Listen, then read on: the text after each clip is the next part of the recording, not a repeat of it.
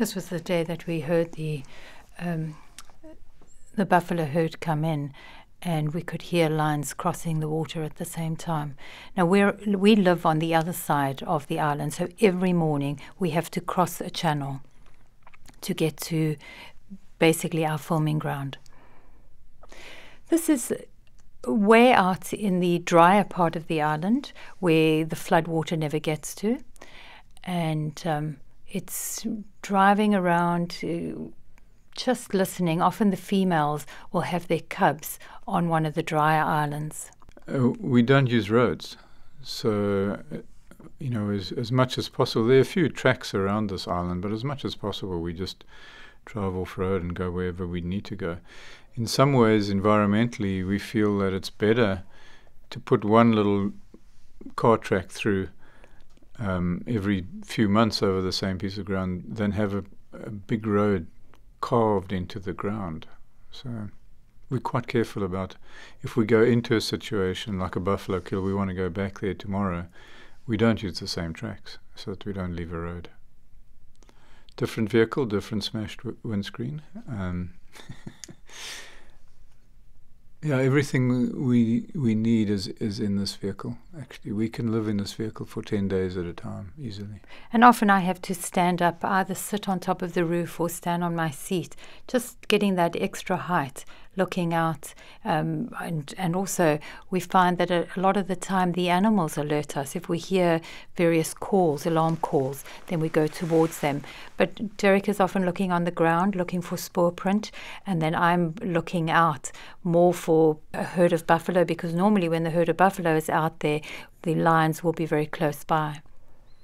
Terrible storms. So obviously living in a vehicle and sometimes in a tent, we have no control over the environment that we might be in. And very often, right out in the open, we get caught out. Big storms come up instantly. The big game that we play, obviously, is in a typical yin-yang fashion. Storm coming up, Beverly will say, you think it's going to rain? I'll say, no, never. And then the next thing, we've got to rush to get this cover on. So it's that sort of thing that we contend with all the time. And, people probably don't understand that jumping up onto the vehicle to do this may look romantic, and it is indeed.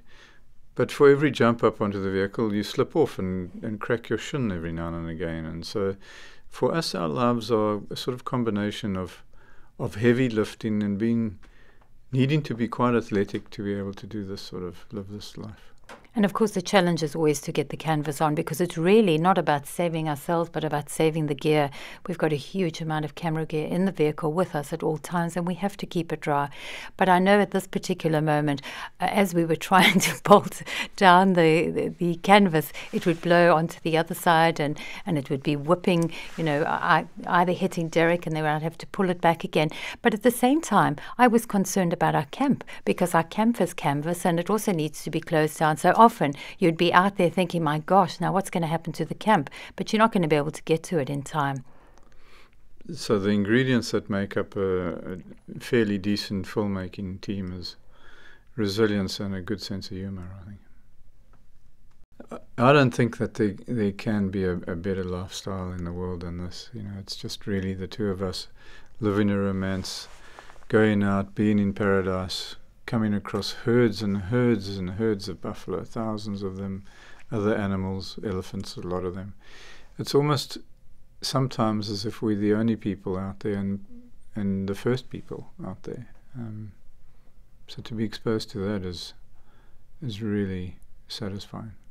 It's really exciting living, because every moment is the unknown. So whatever is happening, we're discovering, we're capturing, either on film or recording the sound.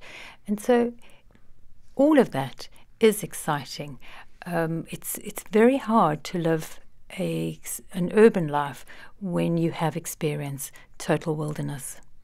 So what's so interesting and relates to the last lines is that here this Maditau, this female, is trapped on an island with 1,000, maybe now 1,200 buffalo, and yet we're able to drive virtually amongst the buffalo, and you don't get a sense of the violence and the antagonism and the aggression that these buffalo have innately within them, that really explodes when they see a buffalo.